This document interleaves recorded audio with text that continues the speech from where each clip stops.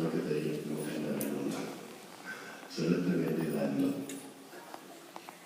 நம்ம அன்பு செலுத்தினாதான் அவருக்கு நம்ம மேல் ஆசை வரும். அவருக்கு நம்ம மேல் ஆசை வந்துட்டோம்னா அப்போ நம்ம வாழ்க்கையில் எந்த பஞ்சமும் இருக்காது. அவர் நமக்கு எல்லாம் ப்ரொடெக்ஷன் கொடுப்பார். ஆனால் அவருக்கு நம்ம மேல் ஆசை வரணும்னா அவருக்கு மேலே நம்ம அன்பை செலுத்தணும். பார்த்தீங்கன்னா ராமருக்கு ஹனுமானுக்கு மேலே ரொம்ப ஆசை. அதனால்தான் ராமரோட பாதத்திலேயே அந்த அருளாக உட்கார வச்சிருக்காரு. உங்களுக்கும் பாசம் இருக்கிறவங்க தான் எங்கள் பக்கத்தில் உட்கார வைப்பீங்க. உங்களுக்கு 20 பிடிக்கும் உங்களை உட்கார வைப்பீங்களா? இல்லை, உங்களுக்கும் அளவுக்கு மேல் நன்றி யார் இருக்கோ அவங்களுக்கு தான் அவங்களோட பார்க்குற இடம் உங்களுக்கு இடம். அதே மாதிரி ராமன் பார்த்தீங்களா, அந்த ஹனுமான் எவ்வளோ அழைச்சி வச்சிருக்கிறார். கோலத்தில் அவர் கொஞ்சம் மாதிரி தான் இருப்பார். நல்ல சீலம் வச்சிருக்கிறார். சீலத்தில் அவர் ரொம்ப ரசர். கோலத்தில் குறைவு. ஆனால் கோலம் முக்கியம் இல்லை. பகவான் கிட்ட நீங்கள் ரிலேஷன்ஷிப் வைக்கிறதுக்கு கோலம் ஒன்றும் வேண்டாம். குரங்கு மாதிரி இருந்தாலும் அந்த இடம். ஆனால் குணம் நல்லா இருக்கணும். அவ்வளோதான். அங்கே இருந்து அப்படி இப்படி பண்ணக்கூடாது. அதனால தான் அவருக்கு சொல்லிட்டேன், நீங்கள் அன்பை செலுத்தும் போது ஆண்டவர் உங்கள் மேல் ஆசையை செலுத்துவார். அந்த ஆசையின் மூலியமா உங்களுடைய வாழ்க்கைக்கு எல்லாம் சுபிட்சமாக இருக்கும். ஆசையை செலுத்த வேண்டாம். ஆசை ஆண்டவருக்கு நம்ம மேல வரும். நமக்கு ஆண்டவர் மேல பாசம் வரும். ஆசை நமக்கு வேணும், ஆசை அவருக்கு வேணும். அப்பதான் நமக்கு அங்கே இடம் கிடைக்கும். பாசம் தான் சொல்லுறோம். நம்ம அன்பு சொல்லுறது ஆண்டவன் அருளிடுவோம். அருளெடுக்கிறது அதுக்கு அன்பு சொல்லித்தர மாடுக்கு புள்ளி போட்டு கொடுக்கணும்.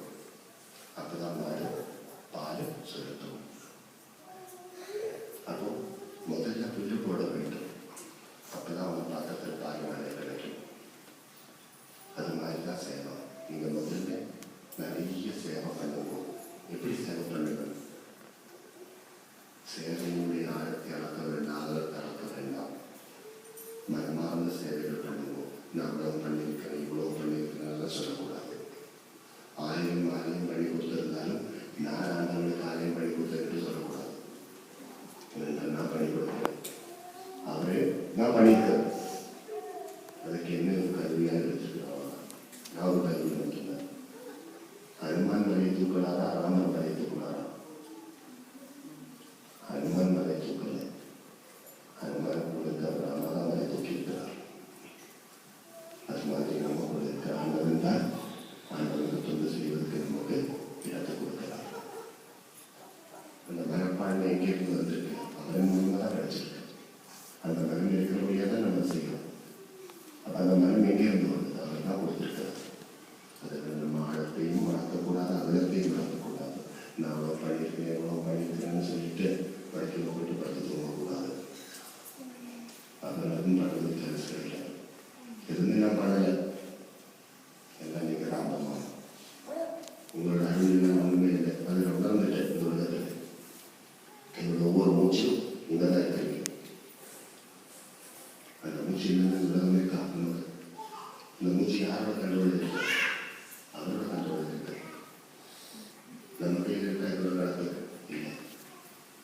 அப்படி இருக்கக்கூடிய அந்த பகவானுடைய பாதத்துக்கு நம்ம ஏதாவது சேவை பண்ணினா அதை பற்றி பேசவே கூடாது. ஷெவலாக நம்மளுடைய பிராரப்தம் தான் நம்ம பகவானை பார்த்து கொடுக்கிறோம். பால் கொடுத்தாலும் பாயசம் கொடுத்தாலும் நம்ம பிராரப்தம் தான் இதெல்லாம். அது பிராரப்தத்தை போட்டுட்டு பிரசாதத்தை எடுக்கிறோம். அவ்வளோதான். காசியில் போயிட்டு சேவை பண்ணாலும் சரி, ரமேஷில் போயிட்டு சேவை பண்ணாலும் சரி, அருகாமல் போயிட்டு சேவை பண்ணாலும் சரி, நம்ம பண்ணிக்கிற சேவையில் நம்ம பிராரப்தம் ஆகும். அதெல்லாம் அங்கே போட்டுட்டு பிரசாதத்தை எடுக்கிறோம். இனிமேல் வினை வரக்கூடாது. பிராரப்தம் தலைமையில் இருக்கிற காலம் வரைக்கும் வினைகள் வந்து கொண்டே இருக்கும். இந்த பிராரப்தத்தை எல்லாம் தூக்கி பகவானுடைய பாதத்தில் போடுறோம். அப்புறம் பிரசாதத்தை எடுக்கலாம். அப்புறம் மாறணும். அப்பதான் சந்தோஷம் கிடைக்கும். அப்போ இந்த பிராரப்தம் தான் நம்ம செய்கிற சேவையை தான். ஏதோ ஒரு காலத்தில் ஏதோ ஒரு நேரத்தில் நம்ம பகவானுக்கு வந்துட்டு தெரியாத மாதிரி அங்கே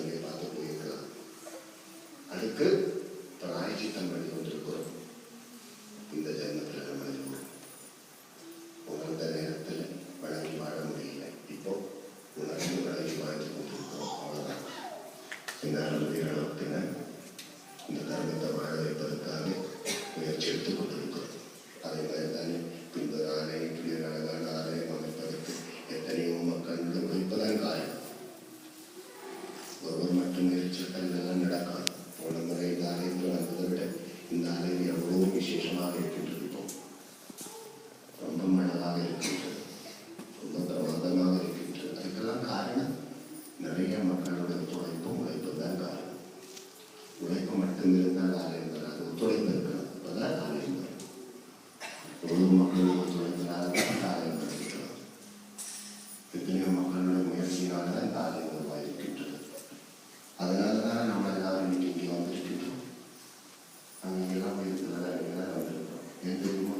இது அருளோடு இருக்கிற இடம், ஆலயம் கிடைக்கிற இடம், அமைதி காக்கும் இடம், ஆயுர்வேதத்தை கூட்டும் இடம், ஆரோக்கியம் கிடைக்கும் இடம், வாழ வேண்டிய வசதியை அள்ளி கொடுக்கும் இடம். அப்படி இருக்கக்கூடிய ஆலயத்தில் வந்து இவ்வளோ நேரம் சேவை பண்ணி இருக்கின்றோம்.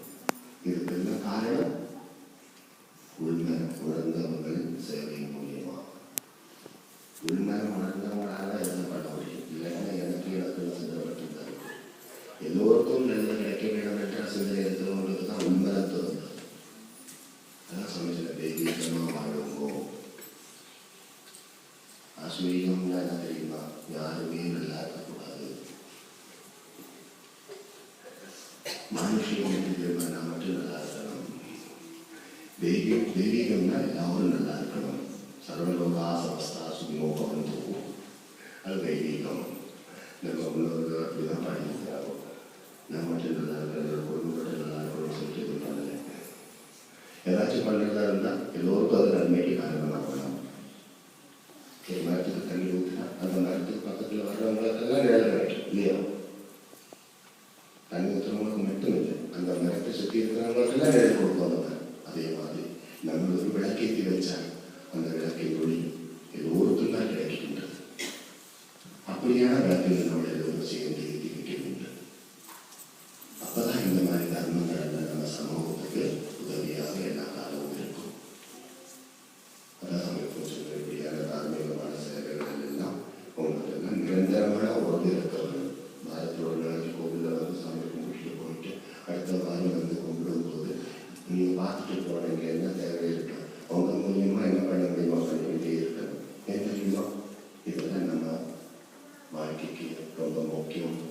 நம்மளுடைய குலம், குடும்பம், குழந்தைகள் எல்லாம் இப்படியான சமாஜத்தோட தான் வாழ வேணும். இப்படியான சம்ஸ்காரங்கள் நம்ம குழந்தைகளுக்கு நிறைய கிடைக்க வேணும். இது இந்த காலத்தில் கிடைக்கிறது ஒரு கஷ்டமாக தான் இருக்கின்றது. நிலங்களெல்லாம் ஊரை விட்டு வேறெல்லாம் ஊரெல்லாம் தேடி வந்து வேலையோட வாழ்ந்து கொண்டிருக்கிறோம். அதை நம்ம பிள்ளைகளுக்கு நம்மளுக்கு சிறிய வயசில் கிடைச்ச மாதிரி கோயிலும் வசதி ஒன்றும் கிடைக்கிறது இல்லை. இப்போ அதனால அவங்கெல்லாம் அவங்களோட ஸ்டைலில் இருக்கிறாங்க, அவங்க சொல்லிட்டு இல்லை. அதனால நான் சொல்லுவேன், இந்த மாதிரி சேவையோட எல்லாம் நம்ம பிள்ளைகளை ரொம்ப ரொம்ப ரொம்ப ஈடுபாடுகளுக்கு நீங்கள் காரணமாகணும். குழந்தைகள் தான் முன்னுக்கு கொண்டு வரணும். இந்த மாதிரி சேவைகள் வரும்போது அவங்களுக்குள்ள இந்த மாதிரி சேவைகளில் ரொம்ப ஆழமான ஒரு இருக்கணும். நீங்கள் கோவிலுக்கு